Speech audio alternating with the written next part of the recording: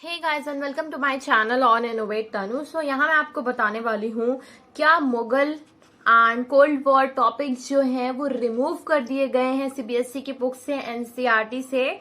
सो क्यों इसको रिमूव किया जा रहा है? सो दिस इज फर्स्टली मैं आपको कुछ सीबीएसई के बारे में बताना चाहती हूँ। So CBSE annually provides curriculum for classes 9 to 12 containing academic content, syllabus for examination, जो भी लर्निंग वगैरह होती है। तो सीबीएसई 9 to 12 जो भी एकेडमिक कंटेंट होते हैं, जो भी लर्निंग प्रोसेस होती है, पेडागॉजी होती है, वो सब कुछ प्रोवाइड कराती है 9 to 12 के लिए। ओके, सो सीबीएसई का फुल फॉर्म क्या होता है? Central board of secondary education, क्योंकि इसमें 9 to 12 आते हैं। ओके, सो ये पॉलिसी बोली जा रही थी कि रिड्यूस किया जाए सिलेबस 30%।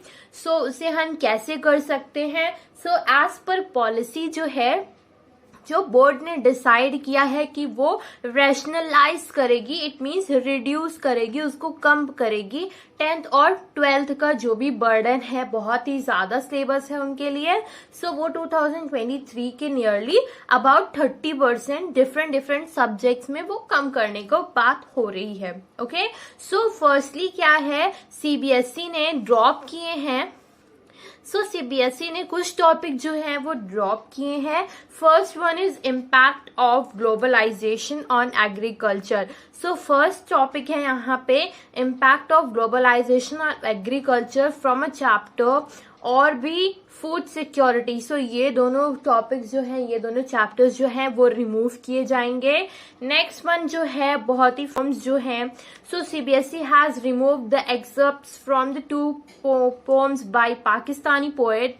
सो यहाँ पे जो फैज अहमद फैज की जो रिलीजन पे है, कम्युनलिज्म पे है, पॉलिटिक्स पे है, जो सब बिलीव करते थे, और कम्युनलिज्म पे, सेकुलर स्टेट पे, सेक्शन पे जो भी एनसीईआरटी बुक में इनका मेंशन था, सो ये सब भी जो बनाते थे, ये पोएम बनाते थे, तो वो भी रिमूव किए जा रहे हैं। इनके 2 पोएम ऑलरेडी रिमूव किए जा रहे हैं।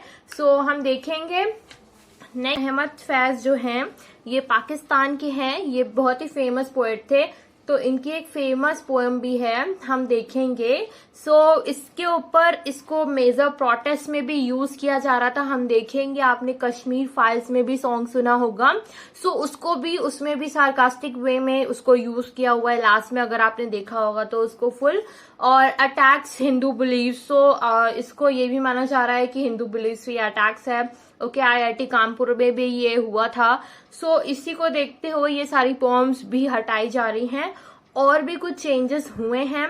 So chapters on democracy and diversity, popular struggles and movements, challenges to democracy on reforming politics also have been dropped from the class 10.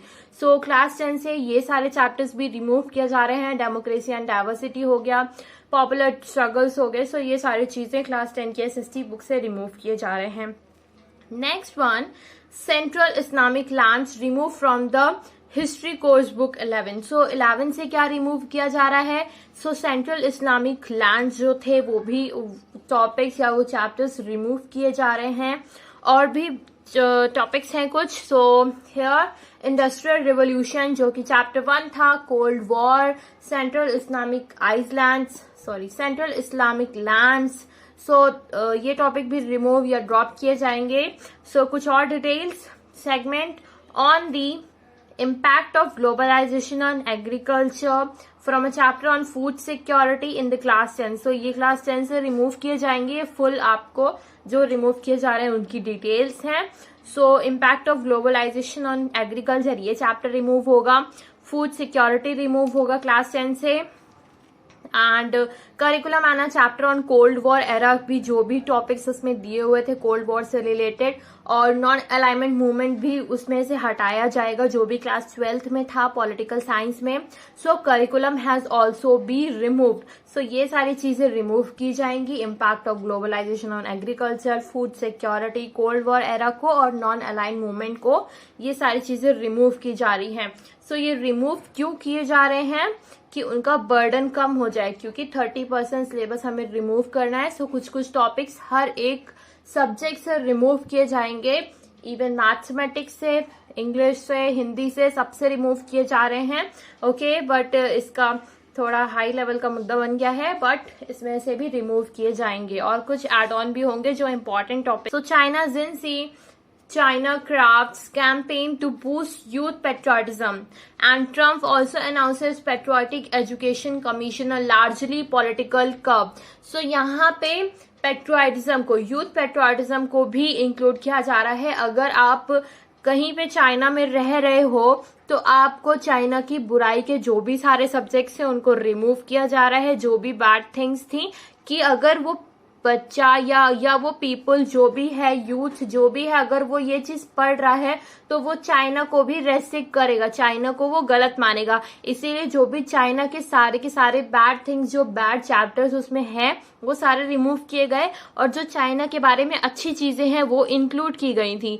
सो इसी वे में यहाँ पे ट्रम्प ने भी यही चीज की थी, पेट्रियोटिक एजुकेशन, कि वो लोग वहां के लिए, अपनी कंट्री के लिए कुछ अच्छा करें। ठीक है, इससे क्या होगा, पॉलिटिकल कर्व, जो वहां के लोग होंगे, जो वहां की यूथ होगी, वो उससे मोटिवेट होगी, वो अपनी कंट्री के लिए कुछ करेगी।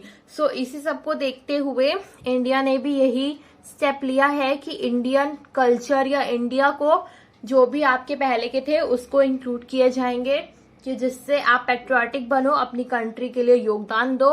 Okay, so this is about the final conclusion. The Mughal and